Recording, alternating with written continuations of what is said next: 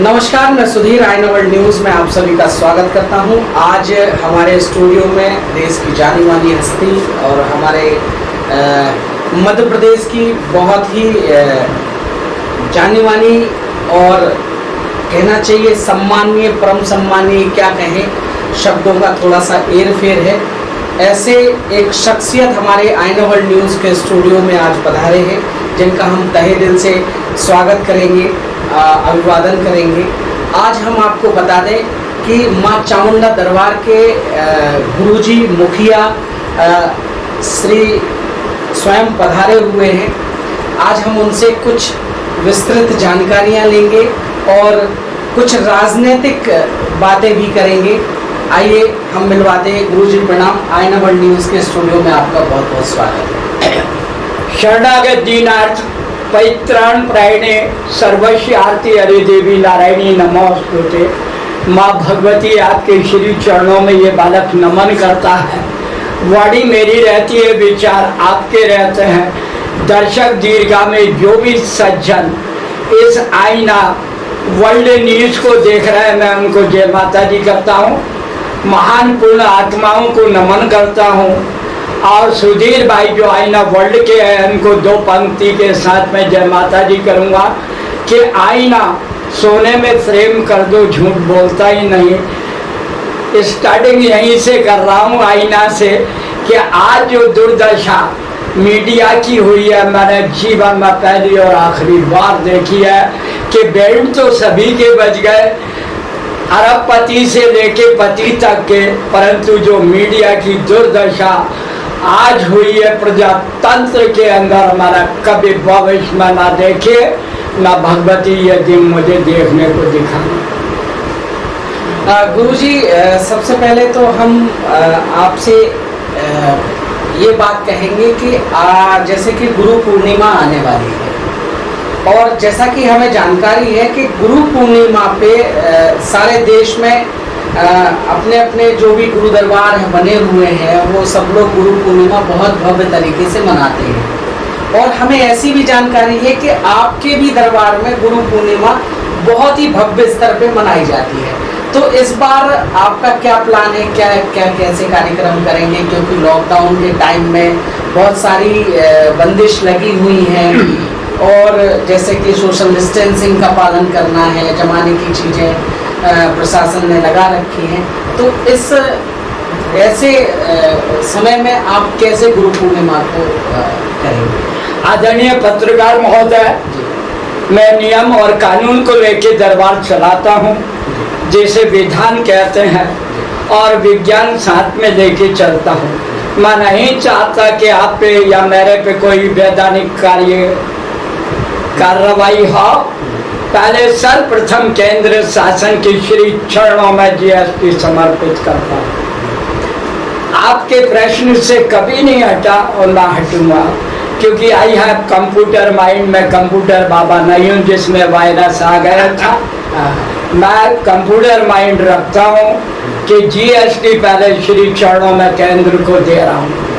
जी का मतलब होता है गंगा धर, एस का मतलब शिव और टी का मतलब त्योहार। ये गुरु पूर्णिमा पर जीएसटी समर्पित की है। ये तो देवता के श्री चरणों में नमन किया है, पर पब्लिक से जो मैंने जीएसटी उठाई है वो भी पब्लिक को ही समर्पित कर रहा हूँ। जी का मतलब गदर, एस का मतलब शांति भंग और टी का मतलब तबाही। ये चली आ रही है। आज भी मैं ये देख रहा हूँ कि एक व्यक्ति को नया जीवन मिला है, या मंत्रिमंडल शब्द ग्रहण कर रहा था, तुला राशि व्यक्ति का पक्ष लेते हुए उस व्यक्ति ने आत्महत्या की कोशिश की। मैं अनुरोध कर रहा हूँ कि आत्महत्या मत करो, अपने आप को मजबूत बनाओ। मैं दावा देता हूँ कि कोई भी व्यक्ति डिप्रेशन में आए, एलोपैथी, होम्योपैथी, नेचुरोपैथी, वैदिक पैथी, अगर ये पैथी सब फेल हो जाए तो मेरे पास आओ, सेम पैथी से इलाज करूँगा। दावा है कि 99% उस आदमी को आत्महत्या वाली घटना से रोकने का प्रयास था, है और रहेगा।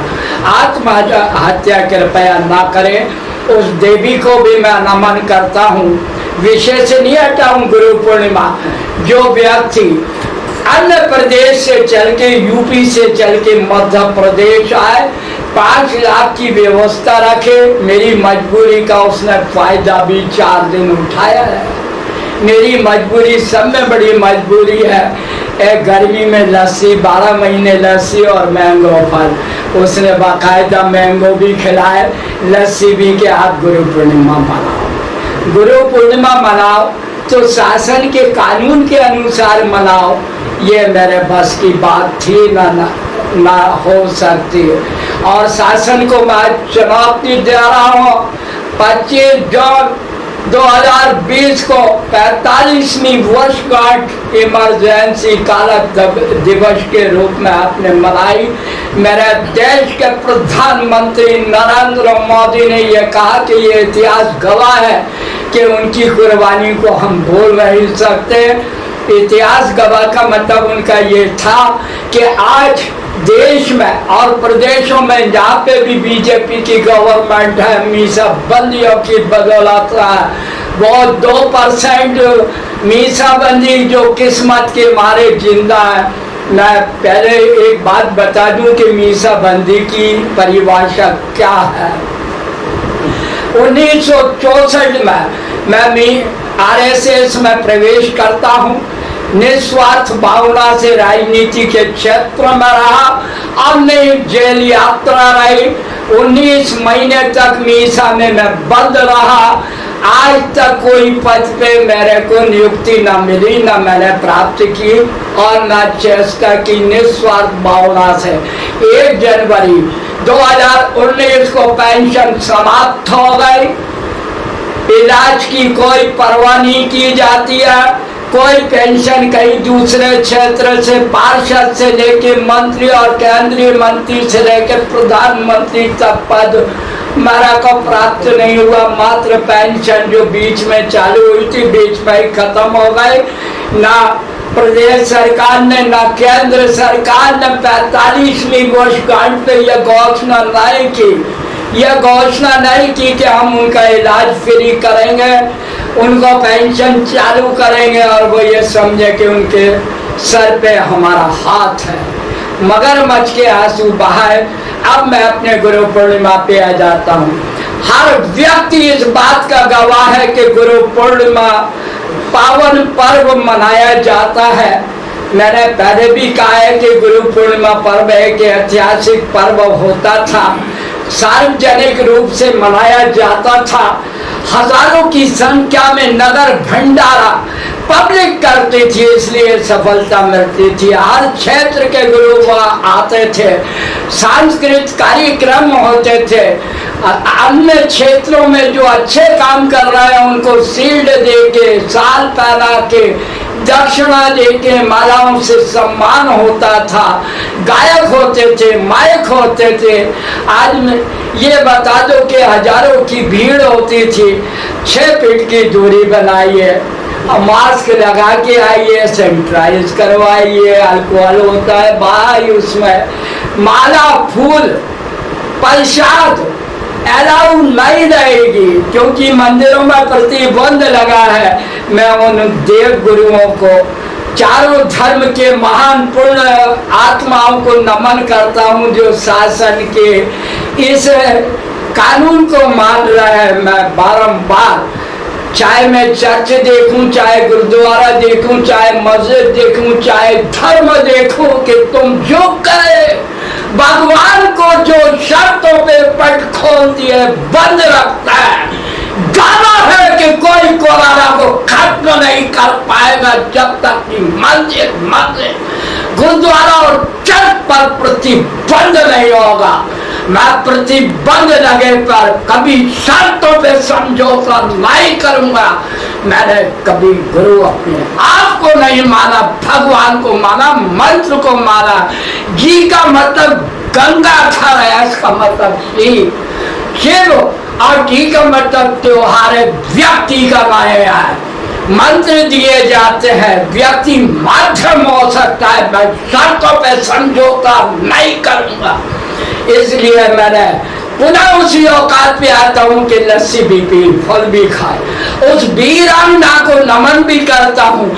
समझाया कि मुझे बुढ़ापे में मरते समय मरना स्वीकार, टूटना स्वीकार नहीं है। हमने प्रजातंत्र की लड़ाई लड़ी है, विजय श्री प्राप्त किया है। 19 महीने से कम जो भी जेल में बंद होकर छूटा है, माफी मांग के आया है। और आज इनटेक होने के कारण बड़े बड़े पदों पर वो मौजूद है। 19 महीने जो पूरा बंद रहा है, वो मेरी सर्वोदय माफी मांग के नहीं आया। उसकी जो दुर्दशा है मैं शब्दों में नहीं कह सकता। जीएसटी जो मैं देख रहा हूँ, शब्दों में वर्णन नहीं है। जो महिलाएं कपड़े धो के, बर्तन मांज के, ब्यूटी पार्लर चला करके, बच्चों की ट्यूशन करके, कपड़ों की प्रेस करके, अन्य साधनों से महिलाएं श्रम बेच के परिवार चलाती थी, आज कोई पूछने हाल नहीं। आज पूरे टैक्स लगेंगे, आप पे कोई भी जीएसटी माफ नहीं है, चाहे भले ही धंधा मत करे। अगर मैं देश का प्रधानमंत्री होता तो कहता दुकानदारों, जब तबीयत पड़े खोलो, जब तबीयत पड़े बंद कर दो। दुकानदार जानता है कि 10 बजे के बाद ग्राहकी आती नहीं, बंद कर दो भैया, क्या रखा है, चलो घर। काय का कानून यार, जीएसटी मिल रही है तुम्हें, आपको हर टैक्स मिल रहा है, इनकम टैक्स मिल रही है, उस पर भी टाइम टेबल। पर दारू के ऊपर कोई भी प्रतिबंध नहीं है। शराब सुंदरी को धकेलने वाले, शासन करने वाले। आज दैनिक जागरण का प्रथम पेज में पढ़ता हूँ, वेद में मानता हूँ कि शिव ने कहा है कि हमेशा समुद्र मंथन जब भी हुआ है, शिव को विषपान करना पड़ा है। कलयुग के शिव, तुम्हें नमन करता हूँ कि तुमने शिव पान अकेले नहीं करा, पब्लिक को पान करवा दिया। उसने विष धार किया था, विष को वास दिया था गले के अंदर, और पब्लिक को, पिल्ले को बचाया था। तुम्हारे ये समुद्र मंथन कलयुग के जो हुआ है, उसके अंदर पब्लिक ने जहर पिया है। कोरोना रूपी हो, चाहे कोई दूसरा, जनतंत्र की और लोकतंत्र की हत्या हुई। हत्या समझौता क्या प्रजातंत्र रहा का। मैं फिर एक बात याद दिलाना चाहता हूँ पब्लिक को। मेरे प्रदेश के मुख्यमंत्री मामा थे, मैं उनको प्रणाम करता हूँ। कुंवारी लड़कियों की शादी कराते थे। जब मामा श्री बन के वो 15 साल के बाद पुनः आए इस पद पे, तो मामा श्री के साथ कर्ण को भी ले आए। ये कलयुग की महाभारत जो ज्योतिषाचार्य विनोद रावत ने कहा था कि ये चुनाव राज्यसभा का नहीं, महाभारत इस राज्यसभा चुनाव में होगा, जो उनकी भविष्यवाणी अक्षरशः सही गई, क्योंकि वो कलयुग की महाभारत थी। मैं ज्योतिषाचार्य को भी वंदना करता हूँ कि उनकी भविष्यवाणी या प्राकृतिक आपदा की कहे, कहीं भी कहे, आत्महत्या की कहे, तबाही की कहे, वो मैं देख रहा हूँ। उनको भी नमन करता हूँ कि वास्तव में कलयुग के मामा श्री, आप मामा थे, आज वर्तमान में आप मामा श्री और कर्ण आपके साथ में है। और ये बात बता दूं कि जितने मंत्रिमंडल में आए हैं, उनको मैं आज पूर्व लगाना चाहूंगा, क्योंकि देश में ये हमेशा देखना, वर्तमान को मंत्री कहते हैं, जो चला जाता है उसको पूर्व मंत्री कहा जाता है। अगर मेरे जैसा आदमी बैठ जाए तो अभूतपूर्व कहलाएगा कि वो काम कर गया जो अभूतपूर्व है। वो मोदी जी का मैं देख रहा हूँ कि अभूतपूर्व काम कर रहे हैं, इसमें कोई दो राय नहीं है। प्रजातंत्र का गला घोटना भी मजाक बात नहीं है, कानून को तोड़ मरोड़ कर देना मजाक बात नहीं है। कांग्रेस में जिला, और ये सिर्फ मध्य प्रदेश में ही नहीं, जहाँ जहाँ पाँव पड़े संतों के ताता बंटा ढा, मतलब जहाँ भी बीजेपी शासित राज्य नहीं है, दूसरे सरकार के राज्य हैं, जो दूसरी सरकारें उन राज्यों में है, वहाँ कहीं ना कहीं बीजेपी कहीं ना कहीं तोड़ने का काम कर रही है। अरे मेरा भाई, बीजेपी ने, आप तो डेल रहे हैं पत्रकार महोदय, मैं स्पष्ट कहूंगा, मध्य प्रदेश में टिकट उनको दे दिया जो बीजेपी को गाली देते थे, बीजेपी से टिकट दे दिया। यूपी में घंटी बजाने वाला मुख्यमंत्री बन गया, कांग्रेस वालों को टिकट दे दिए, मंत्री है वो यूपी में।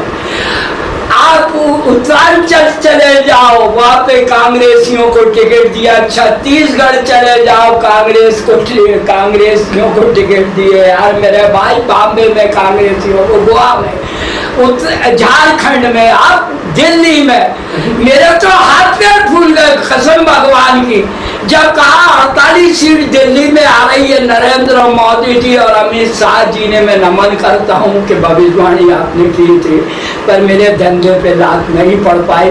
जो 48 सीट ला रहे थे, 8 टपक गई, 4 बज गई। मेरी भविष्यवाणी ज्योतिषाचार्य विनोद रावत की सही हुई, स्पष्ट बहुमत बनाया। उन्होंने कांग्रेस को तोड़ा है, कांग्रेस को टिकट दिया है, कांग्रेस को सम्मान दिया है और देते भी रहेंगे, इसमें कोई दो राय नहीं है। उनका लक्ष्य बीजेपी मजबूत करना नहीं है, कांग्रेस को खत्म करना है और कांग्रेस कभी खत्म नहीं होगी। ये विचारधारा का नाम है, दल का नाम है। पहले मैं आपको एक चीज और बता दूं, देश पहले नंबर पे, पार्टी दूसरे नंबर पे, व्यक्ति तीसरे नंबर पे होता था।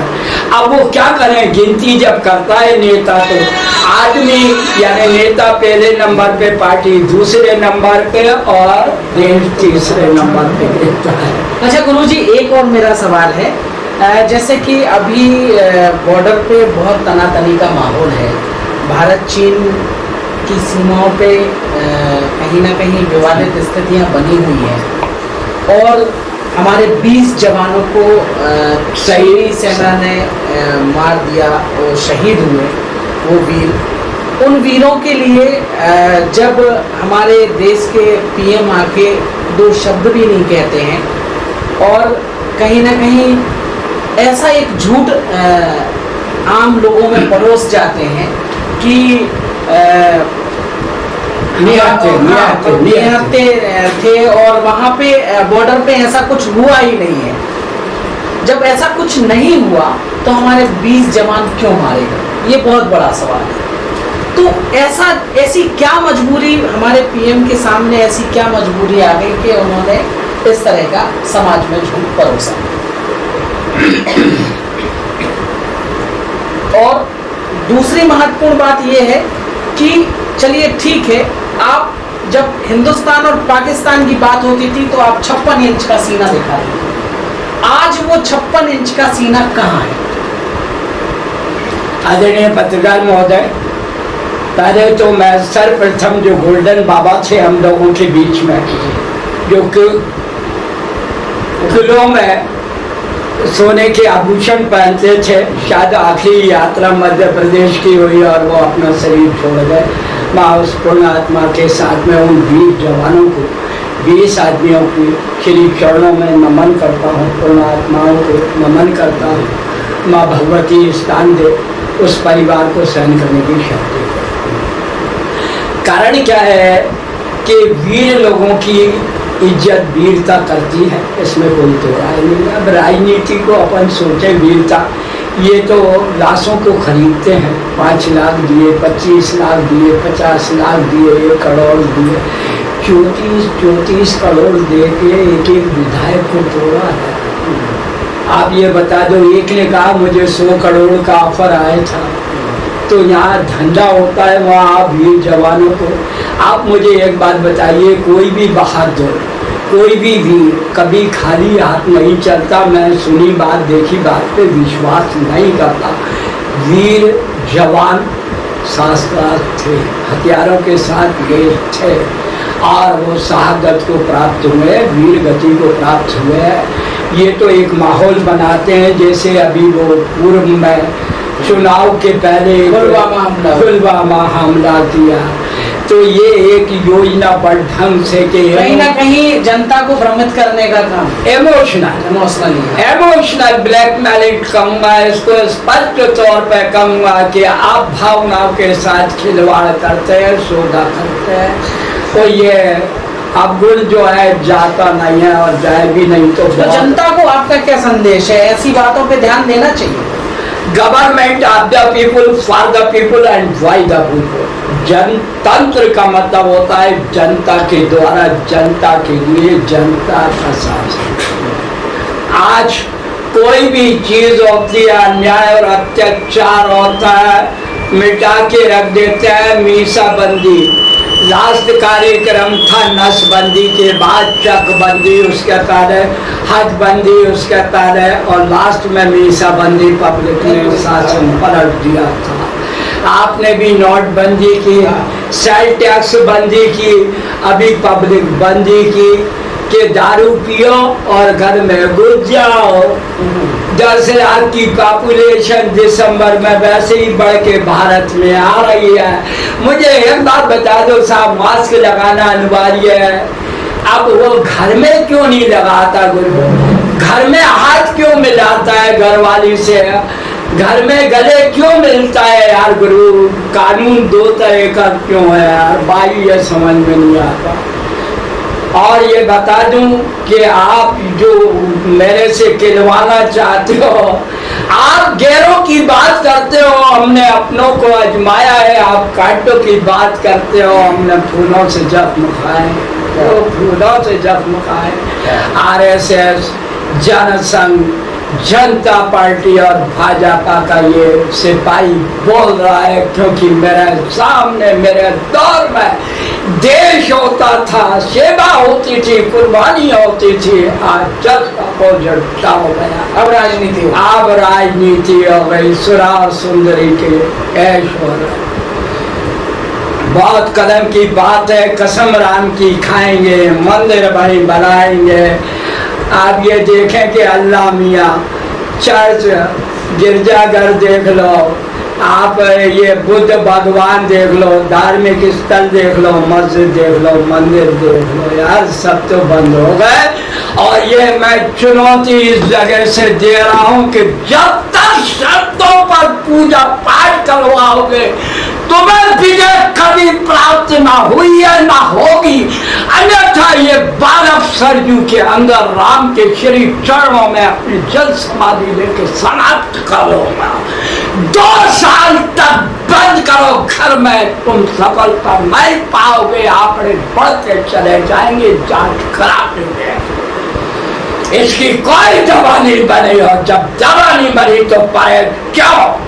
अच्छा, पूछना चाह रहा हूँ। एक और सवाल है। अभी बीच में एक प्रेस कॉन्फ्रेंस में बाबा रामदेव ने ये मतलब दावा किया है कि हमने कोरोना की दवाई बना ली है, और पता चला कि जो विश्व स्वास्थ्य संगठन है उसमें जहाँ पे टेस्टिंग होती है उस दवाइयों की, वहाँ पे तो इस तरह की कोई टेस्टिंग हुई नहीं और वो झूठे साबित हो गए। लेकिन आज फिर भी दावा कर रहे हैं कि कोरोना की दवाई हमारे पास है।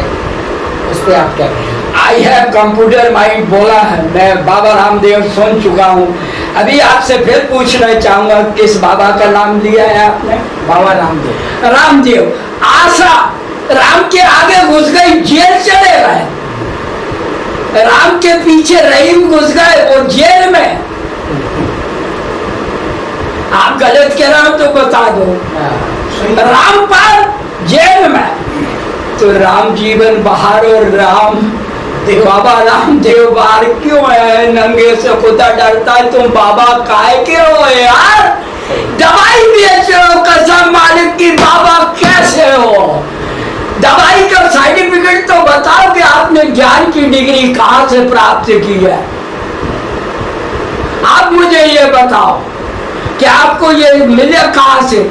तुलसी की पत्ती है, अश्वगंधा है, दोनों का कंबाइंड है, उसका दवा नाम दिया है। गलत हो तो जेल भेज दो। ये राम जीवन तो गिरफ्त है यार भाई, जेल भेज दो ना, हम तो तैयार है। रोटी कपड़ा और मकान बेफिक्री हो जाए कसम मालिक की। हमें तो जेल जाने का शौक है, हमने आज देश और प्रदेशों में गवर्नमेंट है 19 महीने बंद रह के दिलवाई है, माफी नहीं मांगी कि ये दवाई बना कहाँ से ली। पहले सर्टिफिकेट तो लो यार, स्टूडेंट तो बनो, फिर जाके सर्टिफिकेट मिल जाए, दवाई बना। तुमने तो अश्वगंधा और तुलसी को लेके कंबाइंड कर दी। गलत बोल रहा हूँ तो बाबा रामदेव, तुम तो यार 2 मिनट में टर्न खा जाओगे। गवर्नमेंट का एक फोन आया ना कि हम आयकर का छापा डाल रहे हैं, कहोगे नहीं नहीं वो दवाई बनाई है, अभी टेस्टिंग में भेजूंगा, इसके बाद पब्लिक को सप्लाई करूंगा। पलटा खा जाओगे। कहा मेरी भी स्क्रू ऐसे ही चलता है जैसे साइड ग्लास तुम्हारा खराब है पैरालाइज में बाबा रामदेव, मेरे को भी पैरालाइज में एक साइड ग्लास। अच्छा, कांग्रेस सरकार के रहते बाबा रामदेव बहुत बड़ी बड़ी बातें करते थे, पेट्रोल डीजल अगर बीजेपी सरकार आई, अगर सरकार बदली तो पेट्रोल और डीजल जो है वो 18 रुपए लीटर हो जाएगा और इतना कम हो जाएगा, ऐसा हो जाए, बड़े बड़े वादे करते थे। आज हम अगर बाबा रामदेव से पेट्रोल और डीजल पे बात करते हैं, रसोई गैस पे बात करते हैं, तो बाबा रामदेव के पास कोई जवाब नहीं। ये बाबा राम जीवन इस बात को कहता है कि ये जवाब तो बीजेपी शासन चल रहा है उसके पास नहीं है, वो बाबा कहाँ से देगा। जिसके पास पेट्रोल कभी पीता ही नहीं, पेट्रोल निकलता ही नहीं है, वो सेवन कहाँ करता है। वो तो जो है सुबह ही सुबह उठाए, लपेट पहने, कपड़े उतारे और पहुंच गए योगा करने की। ये आज बीजेपी के पास जवाब नहीं है कि 18 रुपये होना चाहिए। मेरे बाप दया करना बीजेपी वालों, तुमने 18 कहा, उसके आगे 1 मत लगा देना, क्योंकि वो संख्या वहीं पे जा रही है कि 118 रुपये लीटर ना हो जाए। अभी 100 के पास पहुंचने वाला है। 2 अट्ठे तो मैं पढ़ चुका था डलवाते वक्त, कल परसों एक डलवा आया था, तो 88 तो मैंने पढ़ लिए थे कहीं पे, 87 88 ऐसा कुछ पढ़ा था, याद नहीं आ रहा है। कैपिटल पेट्रोल पंप था, वहाँ पे पेट्रोल डलवाया, तो वहाँ पे क्या हुआ कि पेट्रोल के भाव तो साहब आसमान छू रहे हैं। आप महंगाई की बात मत करो, महंगाई तो जो बचा कुचा था ना, ये लॉकडाउन के बाद महंगाई मार गई। अच्छा गुरुजी, एक और मेरा सवाल है, जैसा कि हमारे देश के प्रधानमंत्री नरेंद्र मोदी जी ने एक बात कही, आत्मनिर्भर भारत बनाने, और उस वक्त कुछ कदम भी उन्होंने बढ़ाए हैं, जैसा कि मजदूर 5 किलो वो तो दे ही रहे हैं, बाकी कुछ मजदूर परिवारों को 10-10 हजार रुपए लोन के तौर पे कर्जा देने का उन्होंने प्रावधान लाया है। अब हम ये देख रहे हैं मध्य प्रदेश में कि उस 10,000 को लेने के लिए भी उन मजदूरों के लिए 1000 से 2000 रुपए रिश्वत देनी पड़ रही है। आप रिश्वत मत करो यार, तो श्रम देना पड़ा। अब वो आत्मनिर्भर भारत बनेगा कैसे? आप बता दूं कि जो आपका प्रश्न है कि रिश्वत देना पड़ रही है, वो जो है उपार नीति होती है, वो भ्रष्टाचार नहीं है, आज शिष्टाचार हो गया। भाई साहब के 10 ले रहा है, 2 तो हमको दे जाओ यार भाई। आगे जब चुनाव लड़ेंगे तो कर्ज माफ कर देंगे, वो श्रमिकों को देना है, भरना है, वो तो भरना है, कर्जा है, वो कोई फ्री में नहीं दे रहा है। आप मुझे एक बात तो बता दो कि जिसे मिठाई बनाना आती हो उसका ने 10,000 में क्या वो होटल खोल लेगा? हाँ, ये बड़ा सवाल है। मुझे ये तो बात बता दो, अगर वो लोन भी ले रहा है तो 10,000 में क्या होटल खोल लेगा? क्या 10,000 में उसका जो है कारखाना खुल जाएगा मिठाई बनाने? अगर अच्छा ठेला गाड़ी भी बनाता है तो कम से कम 15 से 20 हजार। यार मेरे को बात तो बता दो कि 10,000 में हो क्या रहा है? 10,000 तो तुम्हें डोनेशन देना था, पब्लिक का पैसा था, पब्लिक को बांट देते, क्या जाता है? क्या हर व्यक्ति के खाते में, हर व्यक्ति का जो खाता नहीं है उसको जो है कोरोना पीड़ित को 10,000? अरे मत दो यार मेरा भाई, टैक्स तो बंद कर दो, स्कूलों की फीस तो बंद कर दो यार, इनकम टैक्स, GST ये टैक्स तो बंद कर दो। वो लॉकडाउन के टाइम पर पूरा पैसा लिया जा रहा है, चाहे आपके बच्चे पढ़ते हो, चाहे आपका मकान हो, कोई भी टैक्स आप पे छूट नहीं है, माफ नहीं है। अन्याय अत्याचार की भाई साहब चरम सीमा हो गई है। मैं आपके द्वारा उन शुभचिंतकों से हाथ जोड़ के नमन करते हुए माफ़ी चाहूँगा कि जिनके दिल को चोट पड़ी है कि गुरु पूर्णिमा नहीं मनाई जा रही है, मैं उनको अपने जो बेचारे दुखी हो गए हैं, अस्वस्थ हो गए हैं, मैं वेंटिलेटर की भूमिका निभा रहा हूँ कि आपको गर्व होना चाहिए कि हमारी संस्था का संचालक वो वीर है जो केंद्र और स्टेट के कानून को न मानते हुए इस चीज़ को निरस्त कर रहा है, उनको गर्व होना चाहिए। उसने सैनिटाइज का भी विरोध करा था कि अल्कोहल होता है, उसने मास्क का भी विरोध करा कि इसका घर में सेवन नहीं होता है, घर के बाहर निकाल दिया जाता है, टेबल पर रख दिया जाता है। डबल रोल का वो आदि नहीं है, मैं उनको बहुत क्षमा करबद्ध हाथ जोड़ के माफ़ी चाहूँगा कि उनको जो भेजना पड़ी है। तुम 1 साल मुझे दे दो, 1 साल के बाद कोई भी गवर्नमेंट आ जाएगी वो जीवन में कभी धर्म पर प्रतिबंध लगाने का साथ नहीं करेगी। अकबर ने भी सोने का छत्र लेके चढ़ाया था ज्वाला मैया पे, आज उस बात का प्रमाण है। तुम मुझे साथ दो, मैं तुम्हारे लिए प्राण दूंगा कि जो ये वर्ष का गुरु पूर्णिमा मैं आपसे एक दिन मांग रहा हूँ कि एक दिन ये मान लो कि हम गुरु पूर्णिमा नहीं मनाएंगे, जीवन में कोई भी शासन होगा धर्म पर और देवताओं पर प्रतिबंध लगाने का हिम्मत नहीं कर पाएगा। ये मैं वचन दे रहा हूँ और माफी मांगते हुए क्षमा सदैव ये व्यक्ति तुम्हारे साथ था, है, रहेगा। अच्छा, सिर्फ 1 वर्ष मुझे गुरुजी एक और बड़ा सवाल है कि जैसा कि हमारे पूर्व मुख्यमंत्री कमलनाथ जी ने बिजली के दामों को बहुत सस्ता किया था और जो मध्यम वर्गीय परिवार हैं, जो गरीब परिवार हैं, उनको 200 रुपये 400 रुपये तक बिजली बिल का प्रावधान कुछ ऐसा रखा गया था। और जैसे ही मुख्यमंत्री मामा जी आए, उन्होंने मामा श्री उन्होंने कहा कि जो लॉकडाउन के बीच में जो बिजली जली है और जो बिजली के बिल आए हुए हैं उन्हें पूर्णतः माफ़ कर दिया जाएगा। लेकिन ऐसा कुछ नहीं हुआ, सिर्फ घोषणाएं थी। हमने 181 पे भी फ़ोन किया, हमने और भी जगह जानकारी लेने की कोशिश की और जो विद्युत विभाग के लोग हैं उन लोगों से भी जानकारी ली, तो उनका कहना यही था कि ये सिर्फ घोषणाओं में ये चीज़ें पारित नहीं है। और जो 500 रुपये आर्थिक मदद के तौर पे मामा श्री ने गरीब जन परिवारों को दिया था, आज वो कई गुना बिजली बिल के रूप में सरकारें वसूल रही हैं। उस पे आपका क्या कहना है? सर्वप्रथम तो मैं मामा श्री को नमन करता हूँ।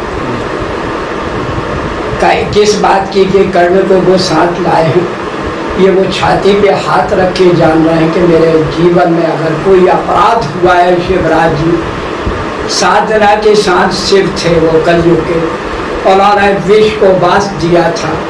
आज पब्लिक विष पान कर रही है, ये वो जानते हैं कि मैंने बहुत गलत कदम उठाया है। चरित्र की तुलना मैं दुष्चरित्र से नहीं कर सकता, क्योंकि कमलनाथ एक अलग बात है, ये अलग बात है। आज खुली किताब है भाई साहब कि सौदा हुआ है, समझौता हुआ है, कुर्सी महंग हुई है। गुरु ठेकेदारी में PhD शुरू से शासन था, है और रहेगा। अगर ठेकेदारी की है तो उसमें कोई बात नहीं, हमने मना थोड़ी कर रहे हैं कि यार तुम्हारी घोषणा की है, तुम जमा तो अभी कर दो, बाद में देख लेंगे ना यार गुरु। तो ये वो चीज़ है, मुझे मालूम है मीसा बंदियों के कर्ज माफ़ हो गए थे। कब? जब मैं ब्याज के उन्होंने जो है ना मीसा का पैसा मैं ब्याज की जमा कर दिया था। पटवा जी उस समय के मुख्यमंत्री थे, बोले मैं सब मीसा बंदियों के कर्ज माफ़। मेरे रविंद्र भवन में आवाज़ उठाई कि माफ़ आपके कर्ज कर दिए, परंतु कब? जब हम लोग मैं ब्याज की जमा कर चुके तब। तो ये तो घोषणा है यार गुरु, इनकी गहराई में जाना, चरित्र की तुलना दुष्चरित्र करना। आपने अच्छी याद दिला दी कि आज 34 का अंक हो गया, प्रमादी संवत्सर है, बुध गुरु और शनि बकरी चल रहे हैं। कन्या लग्न में मंत्रिमंडल का सप्तग्रहण संपन्न हुआ है। वो आज तक दुखी थे कि मंत्रिमंडल बन जाए। और ये बता दूं कि अंदरूनी भयानक विस्फोटक आग लगी हुई है भाजपा के अंदर। ये जो है चुनाव बताएंगे। अब 34 में से कम मैं 14 को अभी पूर्व मंत्री के रूप में देख रहा हूँ। उनको नमन करता हूँ कि भाई साहब बहुत बहुत प्रणाम। आपकी वीर गति को, शहादत को नमन करता हूँ कि आप जो है नवरात्रि के बाद में वीर गति को प्राप्त चुनाव क्षेत्र में प्राप्त करना है। तो मैं आपको नमन कर रहा हूँ। ना आप पूर्व बन पाओगे, ना भूतपूर्व बन पाओगे। ये है कि सौदे पे समझौता हुआ है। आपने मंत्रिमंडल मांगा था, मिल गया। नमन करता हूँ, भक्तों को नमन करता हूँ। आपने सुधीर भाई आईना वर्ल्ड न्यूज़ को नमन करता हूँ। सबको जय माता दी करता हूँ।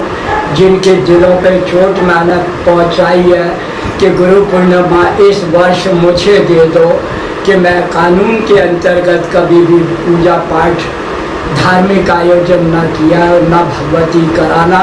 हम संघर्षशील हैं, क्योंकि जो आप कह रहे हैं कि कमलनाथ ही है, हम कैसे इल्जाम लगाएं बारिश की बौछारों पर। हमने खुद तस्वीर बनाई मिट्टी की दीवारों पर।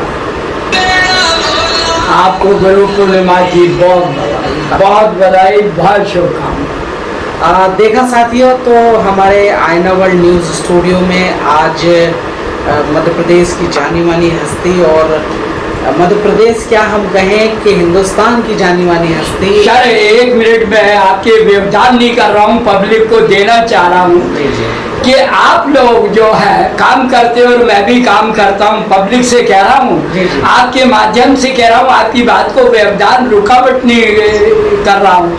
अगर अपने को काम में सफलता पाना है तो एक वसीयत दे रहा हूँ। ये मौन हड्डियाँ मेरी ना तुम्हें बुलाने आएंगी, कुछ समझ सको तो आ जाना, वरना यूं ही जल जाएंगी। यूं तो जला किया जीवन भर तक, आज आखिरी गाना है, तुम 2 मोती छलका देना, समझूंगा वरना। ये मेरी वसीयत है। इन्हें महान हस्ती का है, मैं इनको नमन करता हूँ, व्यवधान नहीं दे रहा हूँ कि ये हड्डियाँ जो है ना जन सेवा में लग जाए। सिद्धि मंत्रों से नहीं होती, मानव सेवा से होती है।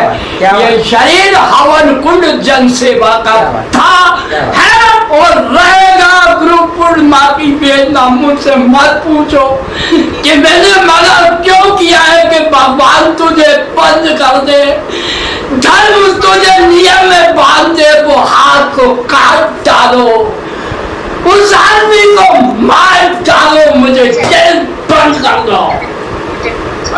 मिटा सके ये जमाने में दम नहीं, जमाना हमसे है, जमाने से हम नहीं। जय माता दी करता हूँ। तो देखा दोस्तों, हमारे आईना वर्ल्ड न्यूज़ स्टूडियो में माँ चामुंडा दरबार के मुखिया, गुरु कहें क्या कहें, शब्दों का थोड़ा सा एरफेर है, वो पधारे हुए थे और हमने उनसे कई जानकारियां ग्रहण की और बहुत ही अच्छी जानकारियां हमें दी।